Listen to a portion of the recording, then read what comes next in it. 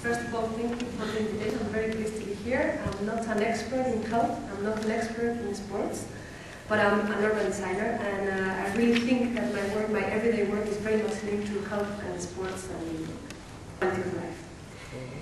Okay, I was trained and educated as an architect and urban designer, and I studied both in Madrid and London, and from my education I never got the point of view from users, from people. So I like to say that, or in our office in Ecosystem Urbano, we like to say that we are not urban designers but urban social designers, because we really bring people into our design.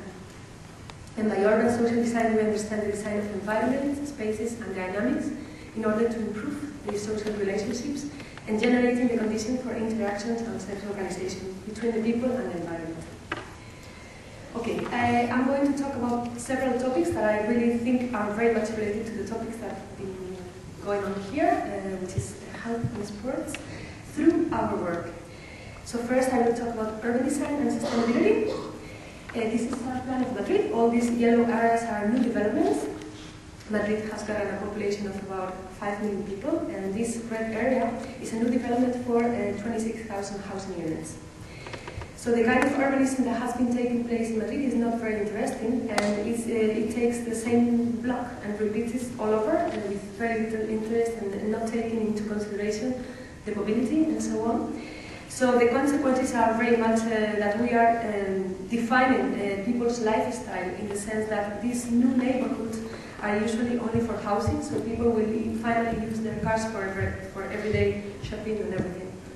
So there was a department which was aware of this, and they organized a competition for this boulevard, which is 500 meters long and 50 meters high, wide. So as a first approach, we considered that within that neighborhood, this boulevard could be more pedestrian friendly. It shouldn't support so much traffic because it is not necessary.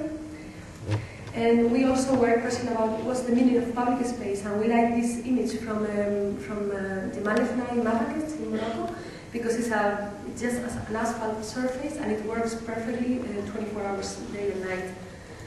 And we were also asked to give solutions to provide a climatic comfort that really brings and allows people to come and use the public space, especially in Spain, where summertime is really tough, and there's some hours that it's really, really tough to be outdoors. So we thought the best way would be by providing trees, because the trees are quite efficient all through the year, and they're support of many different activities. And they're even purified here, so they're quite sophisticated. The only challenge with the trees is that it takes a few years until they're grown enough to provide this kind of climatic comfort. So we thought that maybe for this boulevard, what we had to do was to provide this kind of structures as a temporary solution until the real trees were completely grown. So these are images from the competition. We got inspiration from these towers from the traditional Middle East architecture, in which the air comes in, gets in contact with some wet material, and it creates a microclimate inside the building. So with the same principle, we created these structures with these cooling towers in the perimeter, so that the air comes in, gets in contact with this water atomizer, and then comes cooling the atmosphere at the ground level. So the idea was to provide this kind of catalogue of possibilities of how people could use these spaces. So this is the final solution, was the same structure, but depending on the elements, we configured the different kind of atmospheres. So this is the street before the interventions. As you can see, it's not a very exciting environment. You can see there's a parking lane, 2 driving lanes, and another parking lane, and it's the same on the other side of the street. So the idea was to cancel some of the parking lanes by planting some trees, and these are the final solution.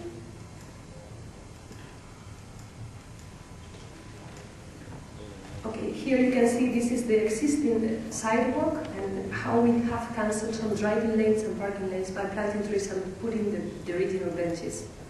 So this used to be a crossroads, and right now it's a public space.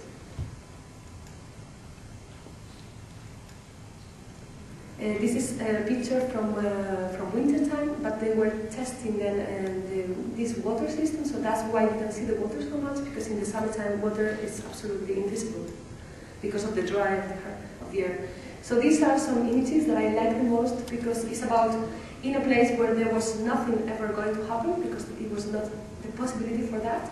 We are creating the basic infrastructure for many different activities to happen. Okay, then public participation.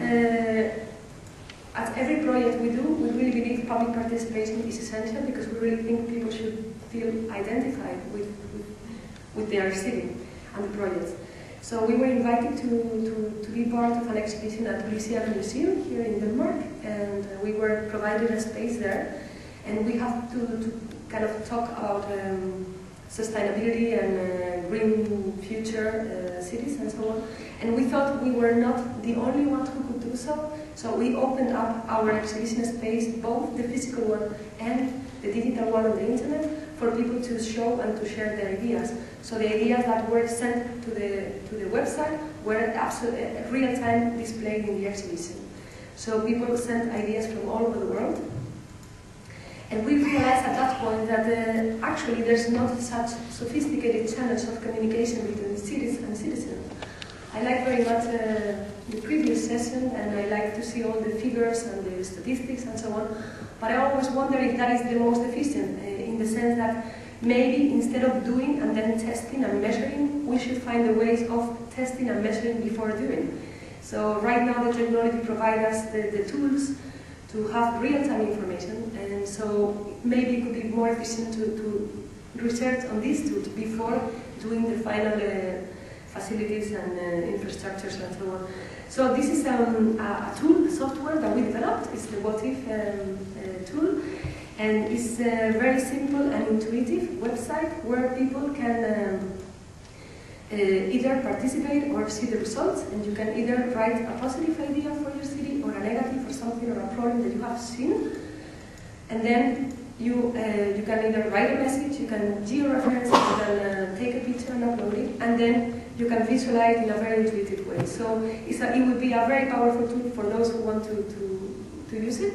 And right now it's a Creative Commons tool that is for free for any city to implement and to kind of use it for their own purposes. Okay, then the digital space and plus social software is equal to physical space. I think we have a real challenge today, and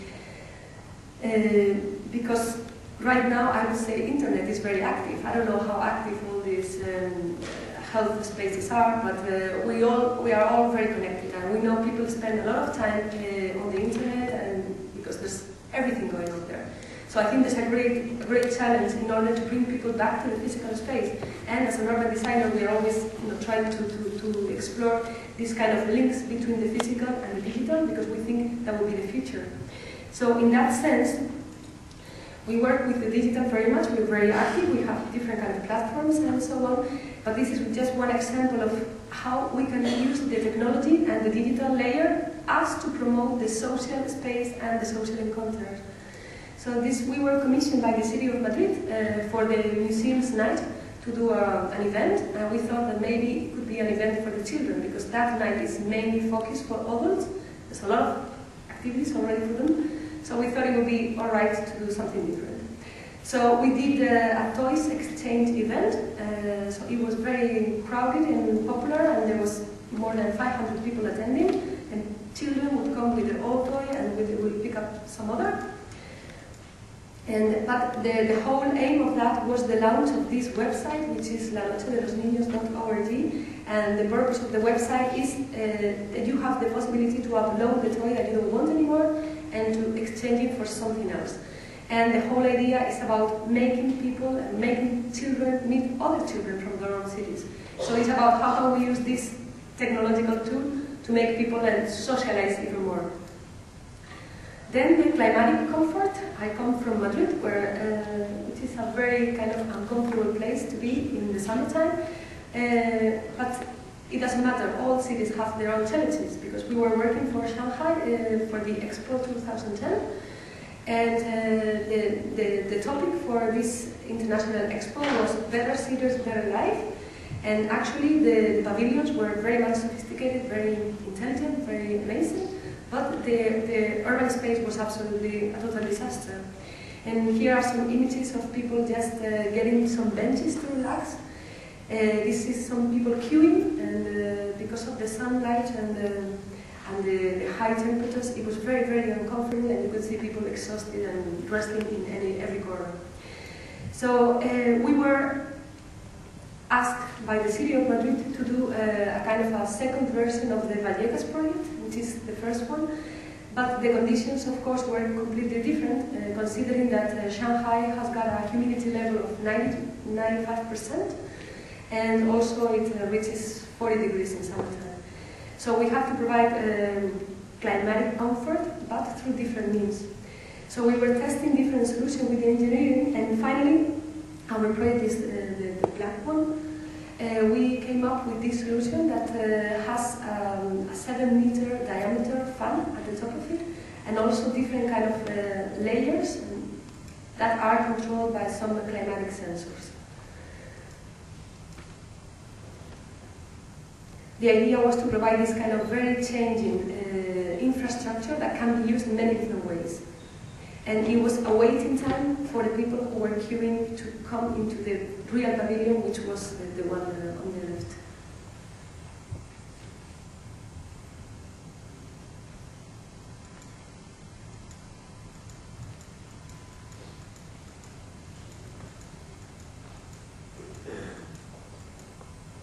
Okay, and together with that, we designed this urban furniture, and the idea was to give people the possibility to use it and to assemble in different ways.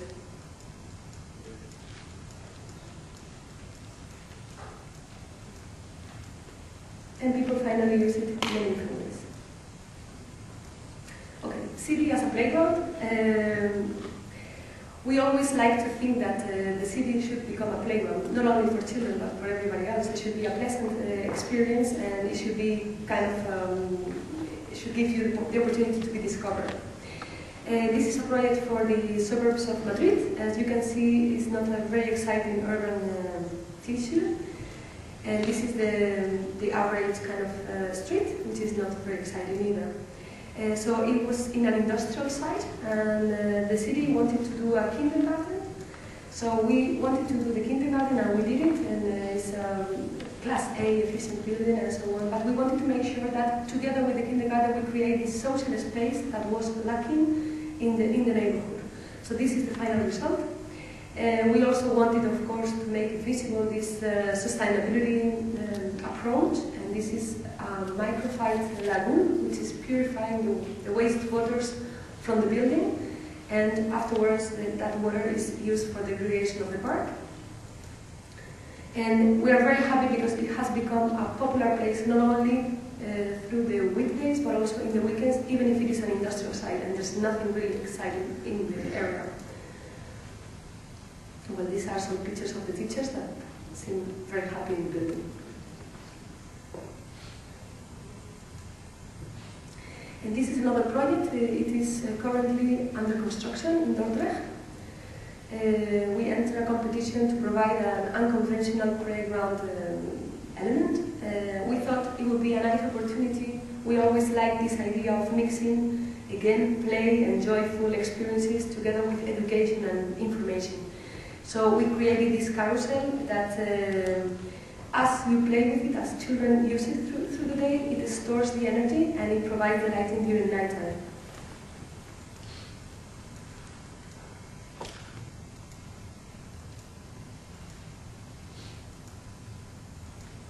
Okay, and then the final one, network design. We really think, and I have the feeling that everything is changing. As I said before, I'm not very familiar with the health kind of profession or knowledge, but I have the feeling as I was listening to some of the presentations before that everything is changing in every way, in the sense that we really have to incorporate the users as much as we can to make a more successful solutions and cities and facilities and so on. So this is a project we won for the city of Hamar in Norway. As you can imagine, very different conditions from my home city, Madrid, regarding climate and culture and so on. So it was launched as an artistic intervention in a public space, and we thought that instead of doing a single approach, artistic intervention from a single artist, it would be more interesting to involve the community and to do something together with them. So we thought that it would be interesting to do a kind of whole schedule of activities lasting 1 year and a half. So finally, this is the final results. The project is called Dreamhammer and is engaging different kind of stakeholders and people, children, the locals, also a creative community through the digital lab, and we also have some online workshops and so on. So these are some images. The whole project is in order to design the main public space of Hamar, which is a huge 8,500 square meters in the middle of the city, that has been a parking lot and a driving space for the last 50 years. So the idea is to transform that into a public space again. And all these previous activities was about asking the people, getting them into the activities to find out what are the dreams for that space. So these are some of the activities we organized.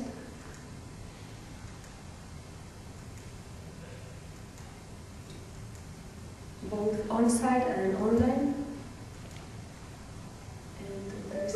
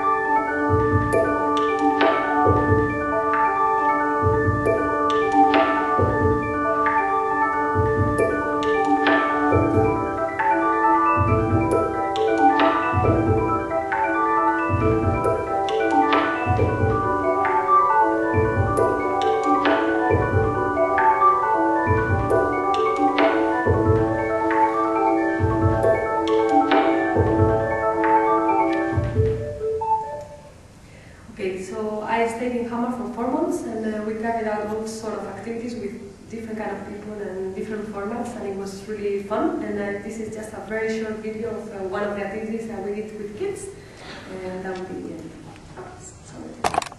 Var du lyst til at skal komme på stortorget da? Jeg vet ikke, kanskje på Tena?